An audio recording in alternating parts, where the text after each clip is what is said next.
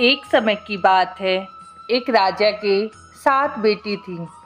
तो एक दिन राजा ने बड़ी बेटी से पूछा कि तुम किसके भाग्य का खाती हो। तो बड़ी बेटी ने कहा, पिताजी मैं तो आपके ही भाग्य का खाती हूँ। पिताजी यह सुनकर बहुत खुश हुए। फिर पिताजी ने दूसरी बेटी से पूछा, उसने भी यही कहा कि आपके ही भाग्य का खाते हैं। यह सुनकर राजा बहुत खुश हुआ। राजा ने फिर प्रजा से पूछा कि तुम सब किसके भाग्य का खाते हो। तो प्रजा ने भी कहा कि हे राजा, हम आपका ही दिया हुआ खाते हैं। तब राजा बहुत खुश हुआ। राजा ने अपनी और सब बेटियों से भी पूछा कि तुम किसके भाग्य का खाते हो।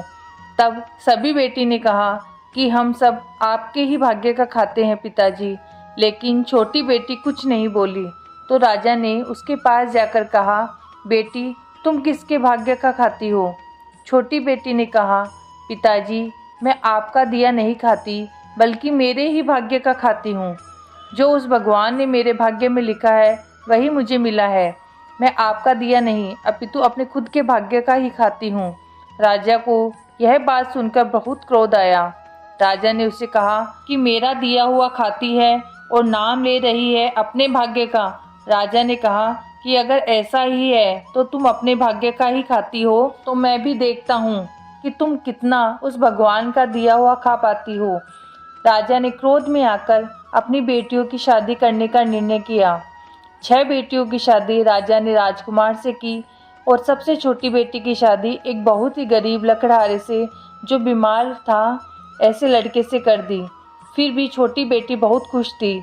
उसने विदा लेते समय अपने पिता के पैर छुए तो पिता ने कहा, अब मैं देखता हूँ तुम किसके भाग्य का खाती हो।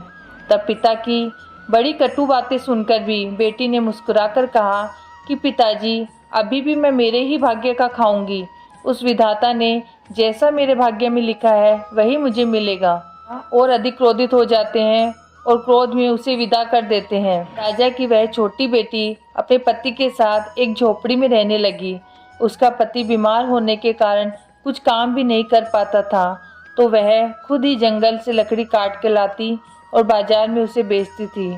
और जो कुछ भी उससे मिलता था वह उससे खाने का सामान और अपने पति की दवाइयाँ ले आती।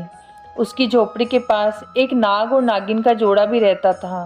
वह रानी रोज थोड़ा दूध बचाकर वो नाग नागिन के लिए रख देती थी। नाग नागिन वह दूध पीकर बहुत खुश रहते थे। एक दिन नाग ने नागिन से कहा कि आज इसके पास कुछ भी नहीं है तो भी यह अपना पेट खाली रखकर हमें दूध पिलाती है। ये कितनी परोपकारी है। सोचो जब इसके पास धन होगा तो यह सब की कितनी मदद करेगी। तब एक दिन नाग नागिन ने रानी के सपने में आकर कहा कि हम जिस स्थान पे रहते हैं उसमें बहुत बड़ा खजाना है। हम चाहते हैं कि तुम वे खजाना निकाल कर सबकी मदद करो। तब रानी सुबह जब उठी तो उस जगह को खोदती है तो उसमें हीरे जवाहरात और इतना सारा सोना निकलता है कि वह एक राजा रानी की जिंदगी जीने लगे। भी उसका पति भी ठीक होने लगा था। धन पाकर भी वह सबकी मदद करती है और कोई भी उसके महल से खाली हाथ नहीं जाता। वह सबको रोज भर पेट खाना खिलाती। और एक दिन जब वह खाना खिला रही थी तो उसने देखा कि लाइन में उसके माता पिता खड़े हैं। तब वह भागकर उनके पास गई और कहा, पिताजी आपकी यह हालत कैसे हो गई। राजा अपनी बेटी को पहचान नहीं पाया। तब राजा ने कहा, तुम कौन हो और मुझे पिताजी क्यों कह रही हो। तब उसने कहा कि पिताजी मैं आपकी छोटी बेटी हूँ। तब राजा ने उसको देखकर कहा कि मैंने तो मेरी छोटी बेटी की शादी बहुत गरीब लड़के से की थी। तुम तो रानी हो और यह इतना बड़ा महल, कैसे तुम मेरी बेटी नहीं हो। तब उसने कहा, पिताजी मैंने आपको पहले ही कहा था कि सब अपने भाग्य का खाते हैं और मेरे भाग्य में जो था वह मुझे मिला, लेकिन आपकी यह दशा कैसे हुई। तब राजा ने कहा, तुम्हारी शादी के बाद हमारे राज्य में आग लग गई, सब नष्ट हो गया। हम कैसे जैसे बच निकले। फिर हम अपनी 6 बेटियों के पास गए, लेकिन किसी ने हमें नहीं पहचाना। हम तुम्हारे पास इसलिए नहीं आए क्योंकि तुम बहुत गरीब थी, लेकिन राजाओं की जिंदगी जीने वाली 6 बेटियों ने यह कहकर हमें घर से बाहर निकाल दिया कि तुम हमारे माता पिता नहीं हो। तुम हमें ऐसी हालत में देखकर भी बिना बताए ही पहचान गई। राजा अपनी छोटी बेटी के सामने जोर जोर से रोने लगा और कहा कि बेटी, तुम सत्य कहती थी कि सब कुछ उस विधाता ने लिखा है और सब अपने ही भाग्य का खाते हैं। तुम्हें शादी के समय कुछ नहीं दिया तो भी आज तुम्हारे पास सब कुछ है।